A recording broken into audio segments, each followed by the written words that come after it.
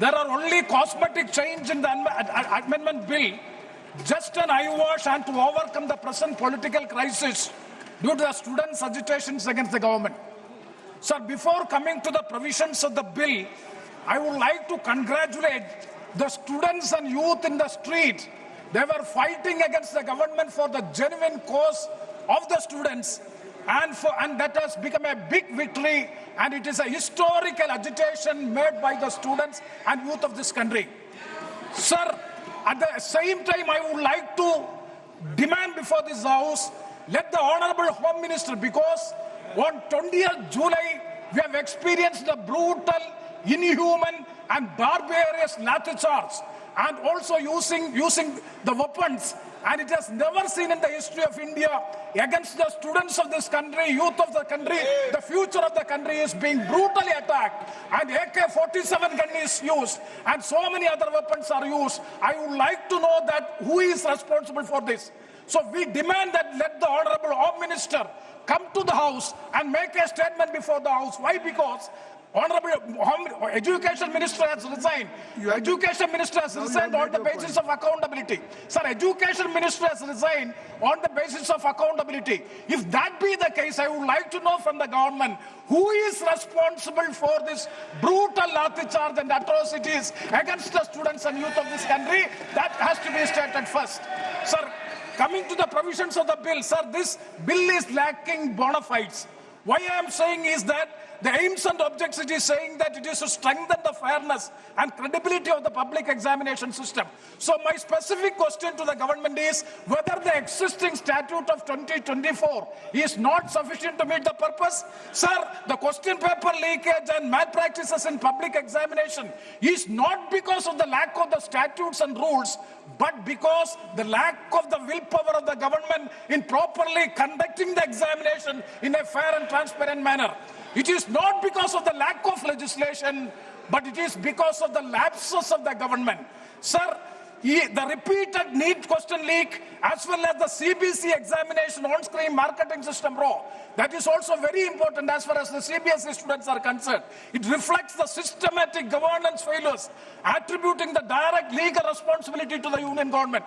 Sir, the government of India is solely... Sir, I've just started. You have made all points. I've just started. You have made your all points. Sir, Rahul ji will speak after this. Sir, I've just started. Please conclude. No, I have just started. If that be the case, I will not speak. Already taken 3 minutes. So, sir, intervention from the chair. I've just started. I've already spoke to you. So, the government of India is solely responsible for the systemic failures of the question leakage and also in conducting the public examination during the last 1 decade. Sir, NEET UG question leak is a result of corruption, organized cheating, bribery, illegal payments, conspiracy, abuse of public trust and financial exploitation. The government of India failed in initiating stringent action against the accused in 2024 question paper leakage and also failed to implement the recommendations of the Radhakrishnan committee. They have submitted 101 recommendations. Unfortunately, that has not been effectively implemented. Sir, I would like to say that the number of students who have committed, sir, please, sir, why you are so intolerant, sir? No, already you have... Why I can't understand, because... You have been already given 4 minutes. Sir, the number of students suicide in India is increasing over the past week.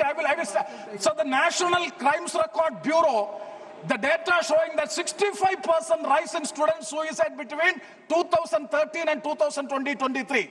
Why it is? Because is it not the inefficient and the incapability and the irresponsibility of the government in conducting the public examination and all? Sir, I'm not going to all that. It's one point, very important point, which has not been highlighted in this House, that is regarding the economic impact of NEET. With that point, I will conclude. So it's a very important point. So the most under-examined demographic consequence of NEET's current design is drop year. Approximately 70% of the NEET qualifiers in any given year are repeaters, students sitting in the examination for the second time, third time, and fourth time. That means India has an estimated of 30 to 35 lakh people between the age of 18 and 24, and they are in a state of suspended development animation. They are not in higher education. They are not in employment. They are not acquiring any skill, but waiting for a result that may not arrive.